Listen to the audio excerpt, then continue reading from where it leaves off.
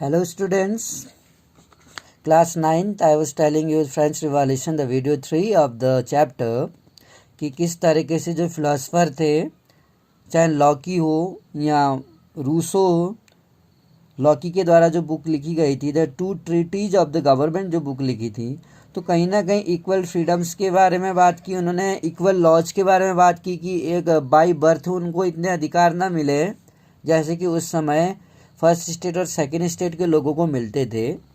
Rousseau जो था वो भी एक फिलोसफर ही था। कैरी द आइडिया, वो अपने विचारों को आगे लाए। Proposing A form of government, वो ऐसी सरकार चाहते थे based on A social contract, जो लोगों के और उनके बीच में एक कॉन्ट्रैक्ट हो, एक संबंध हो, यानी कि जो उनकी सुने, गाली नहीं बल्कि ऐसी सरकार जो जनता की समस्याओं को सुनता हो। एंड देयर रिप्रेजेंटेटिव्स, और उसके जो प्रतिनिधि थे उनके बीच में एक क्या हो, कांटेक्ट हो, एक रिलेशन हो। In the spirit of law, उनके द्वारा एक किताब लिखी गई थी, बहुत फेमस किताब है ये, स्पिरिट ऑफ लॉज। मॉन्टेस्क्यू ने प्रपोज किया द डिवीजन ऑफ पावर, जो पावर है, देखिए राजा के हाथ में मेन पावर हुआ करती थी, लेकिन पावर डिवीजन होनी चाहिए किसके बीच में, बिटवीन गवर्नमेंट एंड लेजिस्लेटिव। जो लेजिस्लेटिव थी जहाँ से कानून पास होता था उस समय, एग्जीक्यूटिव और जुडिशरी, एक तो राजा है, दूसरा लेजिस्लेटिव्स हैं, दूसरा एग्जीक्यूटिव्स है, तीसरा जुडिशरी है। तो इन तीन भागों में पावर डिवाइड हो, जैसा कि डेमोक्रेटिक कंट्री में होता है, पावर तीनों में इक्वली डिवाइड होती है। जुडिशरी इंपॉर्टेंट होती है, इन दोनों से अलग होती है, इंडिपेंडेंट काम करती है। तो वो चाहते थे, अपनी बुकों में उसने ये वर्णन किया, the model of the government, इसी तरह जो मॉडल था गवर्नमेंट का was put into force in the USA. इसी बेसिस पर यूएसए में एक मॉडल लागू हुआ आफ्टर द 13 कॉलोनीज डिक्लेयर्ड, जैसे ही अमेरिका में जो 13 कॉलोनियाँ थी वो इंडिपेंडेंट हो गई ब्रिटेन से, और जिसमें फ्रांस ने मदद की थी, जिसके कारण से फ्रांस को बहुत ज़्यादा कर्जा हो गया था, ये हमने पढ़ा।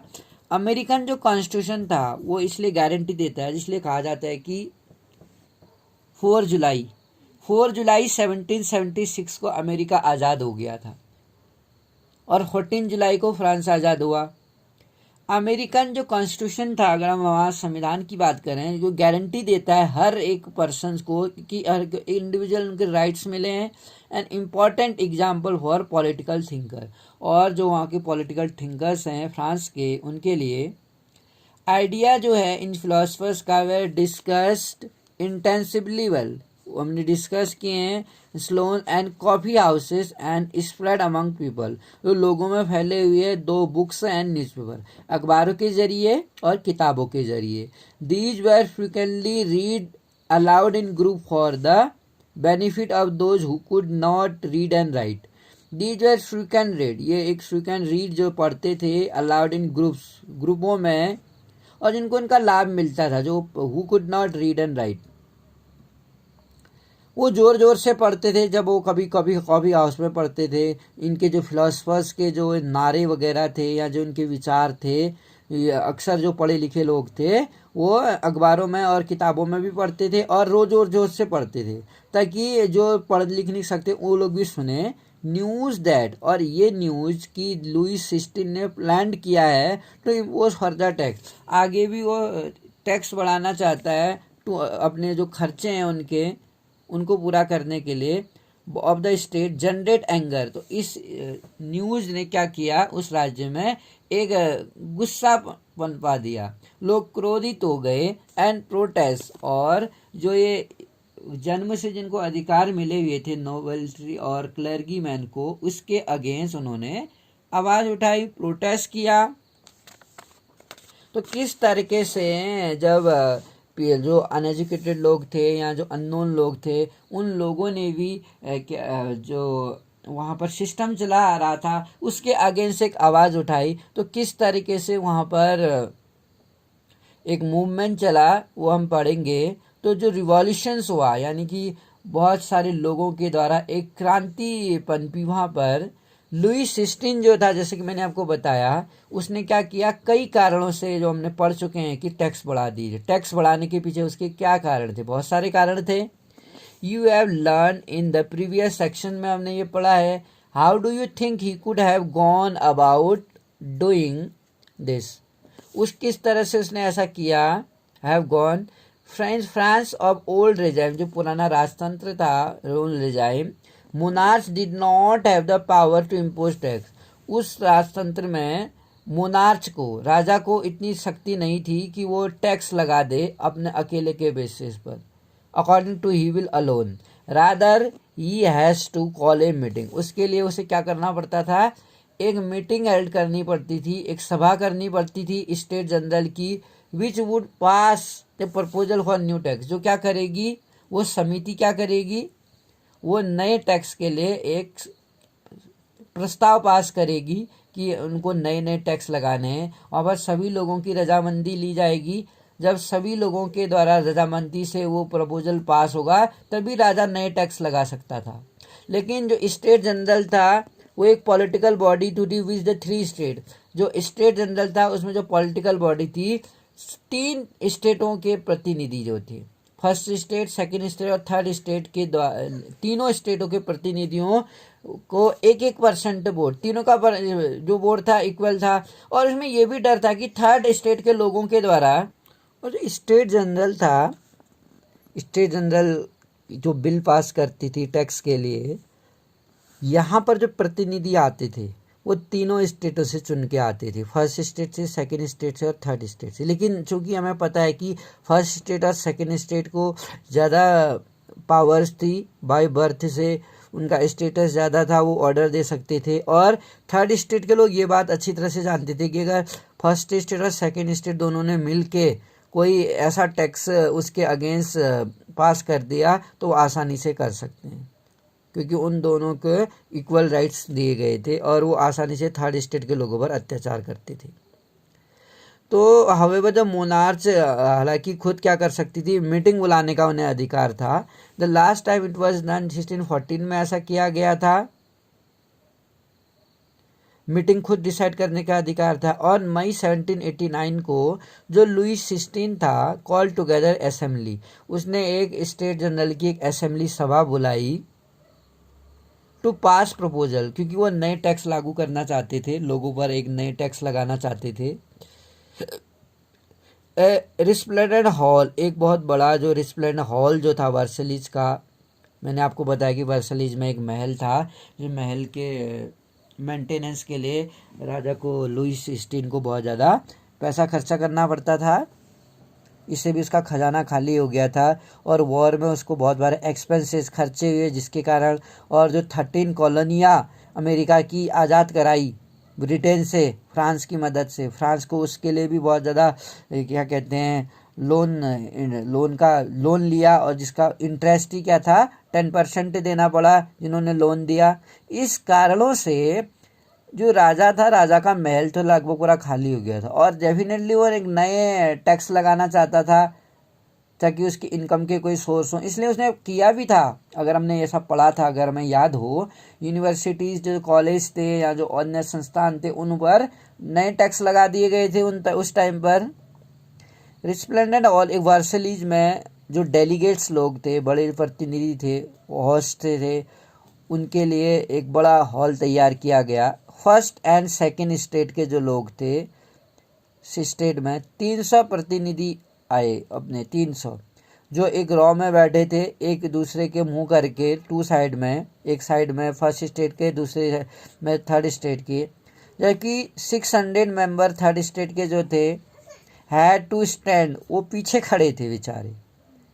Third state was represent by it's more prosperous, लेकिन जो थर्ड स्टेट था उनमें भी उनको किसके द्वारा रिप्रेजेंट किया गया, जो बहुत ज़्यादा प्रॉस्परस थे, समृद्धशाली थे और जो एजुकेटेड थे। उसमें भी जो बेचारे लैंडलेस लेबर थे या पीजेंट्स थे या फार्मर्स थे, लेबर थे, उनके द्वारा नहीं रिप्रेजेंट किया गया। थर्ड स्टेट में भी जो लॉयर थे या एजुकेटेड लोग थे, उन लोगों के द्वारा इस असेंबली को एड्रेस किया गया। ये पीजेंट्स थे,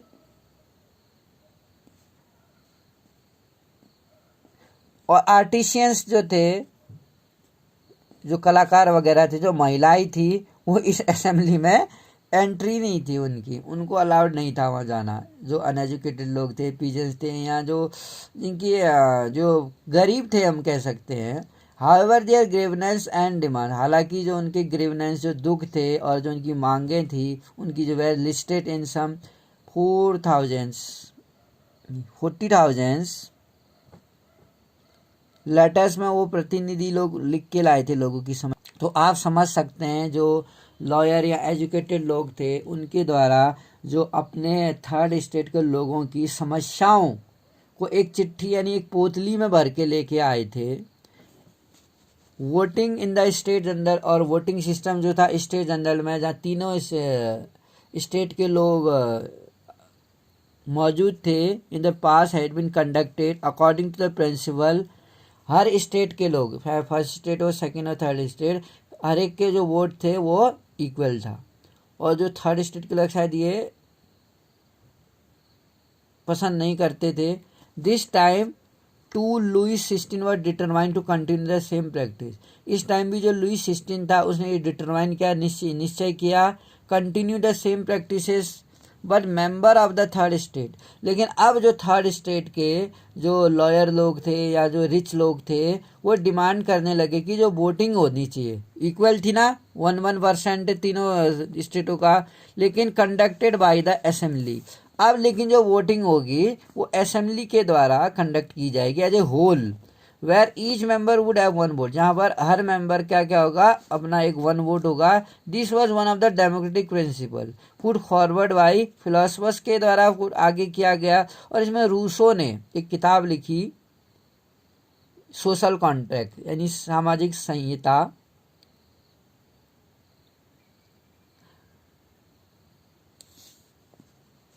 When the king rejected this, जब राजा ने ये प्रपोजल मानने से इनकार कर दिया, तो मेंबर जो थे थर्ड स्टेट के worked of the assembly in the protest, उसने असेंबली का बहिष्कार कर दिया, सभा का, थर्ड स्टेट के लोगों ने, और विरोध करने लगे, क्योंकि राजा ने उनकी मांग को ठुकरा दिया कि जनरल असेंबली के जो अदर मेंबर है उनको भी वोटिंग राइट मिलेगा, और शायद थर्ड स्टेट के लोगों को जो राइट्स दिया गया था, वो जो वन वोट इक्वल राइट था, उससे कुछ ज़्यादा उनके अधिकार दिए जाए। रिप्रेजेंटेटिव जो थे, इसके प्रतिनिधि थर्ड स्टेट के व्यूज डेमसेल्फ स्पोक्समैन के रूप में उभरे हो। उन्होंने जो देखा होल फ्रांस नेशन में 20 जून को the assembly in the hall of indoor tennis, उन लोगों ने एक इंडोर टेनिस कोर्ट जो था वर्सलिज के ग्राउंड में, वहाँ पर एक सभा करी। उन्होंने ये डिक्लेयर किया, they declared themselves a national assembly, national assembly declare कर दिया, and swore not to disperse till they had drafted a constitution, जब तक कि वो कॉन्स्टिट्यूशन नहीं बना देते फ्रांस का एक ड्राफ्ट, तब तक वो डिस्पर्स नहीं होंगे। They would limit the power, वो एक मोनार्च की जो पावर थी राजतंत्र की, उसको कम करना चाहते थे, लिमिट में करना चाहते थे। दे वर लेड बाय द मिरब्यू एंड एबिश्यूज, ये दो पर्सन्स थे वहाँ, मिरब्यू और एबिश्यू। जो मिरब्यू था, क्या था वो मिरब्यू, एक नोबल फैमिली में पैदा हुआ था, was convince of need to do away with the society of feudal privilege, जो इनको अधिकार मिले थे उसके अगेंस्ट में नीड, कोशिश करना चाहते थे, वो कन्विंस करना चाहते थे। He was convince of need to do away, he brought out a generals and delivered powerful speeches दिए उसने, एंड ए क्राउड, और जो भीड़ थी असेंबल्ड एट वर्सलिज में इकट्ठा हो गई। तो किस तरीके से जो थर्ड स्टेट के लोग थे वो टेनिस कोर्ट में इकट्ठा हुए थे, वहाँ पर उन्होंने ये टेनिस कोर्ट दिखा रखा है, वहाँ पर प्रतिज्ञा ली, ओथ लिया उन्होंने, स्केच तैयार किया गया था last painting by the Jacques Louis David के द्वारा, and painting was intent to be hung in the national, और इस पेंटिंग का जो इरादा था इंटेंटेड टू बी हंग, कहाँ टांगी गई, एक नेशनल असेंबली में टांगी गई थी। तो इस तरीके से हमने पढ़ा कि एबिश्यूज और इनके जो विचार थे मिराबेउ के। तो I will understood a little wait later, I will continue in the next video. Thank you for listening me.